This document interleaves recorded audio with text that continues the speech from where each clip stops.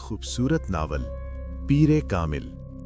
इमामा हाशिम एक पढ़ी लिखी लड़की है जो एक अहमदी खानदान से ताल्लुक़ रखती है। वक्त के साथ उसका दिल कुरान और सीरत रसूल सल्लल्लाहु अलैहि वसल्लम की तरफ माइल होने लगता है। बहुत सोच विचार और तलाश के बाद इमामा इस्लाम कबूल कर लेती है। जब उसके ख़ानदान को इस बात का इल्म होता है तो वो इमामा पर सख्त पाबंदियां लगा देते हैं। उसके वालिद उसे अपने कज़न जलाल अंसार से ज़बरदस्ती शादी पर मजबूर करना चाहते हैं। जलाल सख्त मिजाज, गुरूर से भरपूर और इमामा के लिए खौफनाक आदमी होता है। इमामा इस शादी से बहुत डरती है।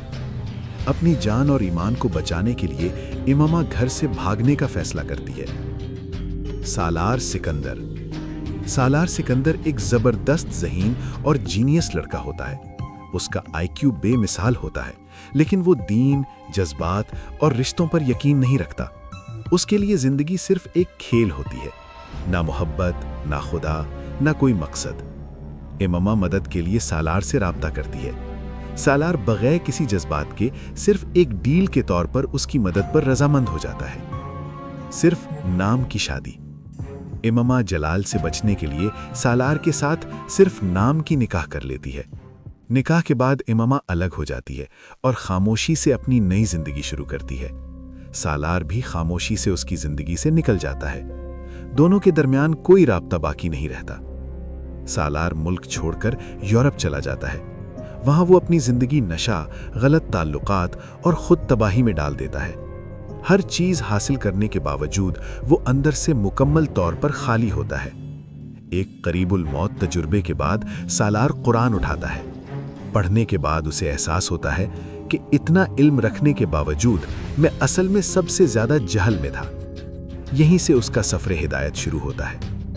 दूसरी तरफ इमामा अपनी जिंदगी सब्र, इबादत और यकीन के साथ गुजारती है। वो अल्लाह पर भरोसा रखती है और किसी से शिकायत नहीं करती। उसे पूरा यकीन होता है कि अल्लाह हर दर्द का बेहतरीन अंजाम देता है। कई साल बाद सालार और इमामा की दोबारा मुलाकात होती है। इस दफा सालार मुकम्मल तौर पर बदल चुका होता है। नमाजी, मुतमईन और जिम्मेदार। वो इमामा को उसका हक, इज्जत और सच्ची मोहब्बत देता है। अब उनका रिश्ता सिर्फ इंसानी इश्क पर मबनी नहीं होता, बल्कि इश्क हकीकी से जुड़ा होता है। पैगाम। पीरे कामिल का मतलब है हजरत मोहम्मद, मुकम्मल रहनुमा। ये कहानी हमें सिखाती है कि असल कामयाबी इल्म, पैसा या अक्ल में नहीं, बल्कि हिदायत और अल्लाह से ताल्लुक़ में होती है।